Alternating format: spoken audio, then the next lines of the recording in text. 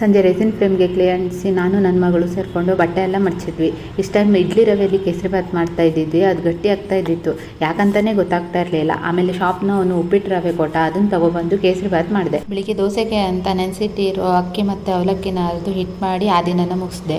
ಮಾರನೇ ದಿನ ಬೆಳಗ್ಗೆ ಅದರದ್ದೇ ದೋಸೆ ಮಾಡಿದ್ದೆ. ಸ್ವಲ್ಪ ಆರಾಮಾಗಿ ತಿನ್ನು ಅಂತ ಅಂದ್ಕೊಂಡ್ರೆ ಇವಳೆಲ್ಲಿ ಬಿಡ್ತಾಳೆ, ಅದನ್ನು ತಿಂದೇ ಇರೋ ಹಾಗೆ ಮಾಡಿಟ್ಟಿದ್ದಾಳೆ. ನೀನಿತ್ತಲ್ಲ ಇದ್ರ ಹತ್ರ ವಾಂತಿ ಮಾಡಿ ಆಯಿತು, ಅಕ್ಷಿ ಮಾಡಿ ಆಯಿತು, ಇನ್ನು ಸುಸು ಮಾಡೋದೊಂದು ಬಾಕಿ ಇತ್ತು, ಅದನ್ನೊಂದು ಮಾಡಿ ಬಿಡಲ್ಲ, ಮೂರಕ್ಕೆ ಮುಕ್ತಾಯ ಆಗಿ ಹೋಗಲಿ. ಮಧ್ಯಾಹ್ನ ಅಡುಗೆಗೆ ಫ್ರೈಡ್ ರೈಸ್ ಮತ್ತು ಬಾಯ್ಲ್ಡ್ ಎಗ್ ಮಾಡಿದ್ದೆ. ಆಮೇಲೆ ಇವಳನ್ನ ಸ್ನಾನ ಮಾಡಿಕೊಂಡು ಡ್ರೆಸ್ ಹಾಕೋಣ ಅಂತ ಹೋದರೆ ಇವಳೊಂದು ಹೊಸ ರಗಳೆ ಸ್ಟಾರ್ಟ್ ಆಗಿದೆ. ಅದೇನಂತ ನೀವೇ ನೋಡಿ. ಇಷ್ಟಿರುತ್ತೆ, ಇಲ್ಲ ಇಷ್ಟಿರುತ್ತೆ, ಫುಲ್ ಕೈಯೆಲ್ಲ ಇರುವುದಿಲ್ಲ. ಈಗ ಪ್ಲೀಸ್ ಹೇಳಿ ಕೇಳ, ಅಷ್ಟೇ ಇರುದದು.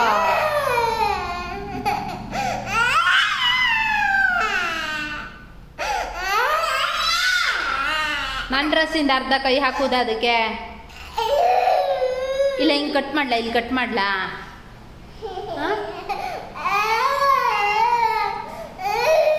ನಿನ್ನಂಥವ್ರಿಗೆ ಆ ಸ್ಲೀವ್ಲೆಸ್ ತರುವುದೇ ಬೆಸ್ಟ್.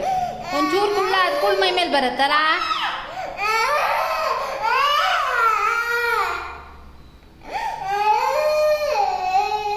ನಾ ಎಂತ ಮಾಡಲಿ ಹೇಳಿ, ಈಗ ಮಂಡೆ ಕೆಟ್ಟೋಯ್ತು. ಅಯ್ಯಯ್ಯೋ ಅಯ್ಯಯ್ಯೋ. ಇಲ್ಲ ಚಿನ್ನಿ, ಅಷ್ಟೇ ಇರೋದು. ಮತ್ತೆಂತ ಮಾಡಿ, ಡ್ರೆಸ್ನೆಲ್ಲ ಬಿಸಾಕುದ? ಯಾವ ಡ್ರೆಸ್ ಹಾಕೋಕಿಲ್ಲ ಈಗ. ಹಾಂ ಎಂತ ಮಾಡಲಿ, ನಾ ಎಂತ ಮಾಡಲಿ ಹೇಳು? ಮಡ್ಚುದಾ, ಆಮೇಲೆ ಮಡ್ಚುದಾ? ಹಾಂ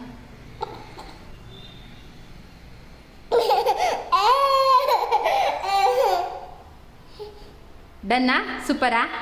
ಹಿಂಗೆ ಎಸ್.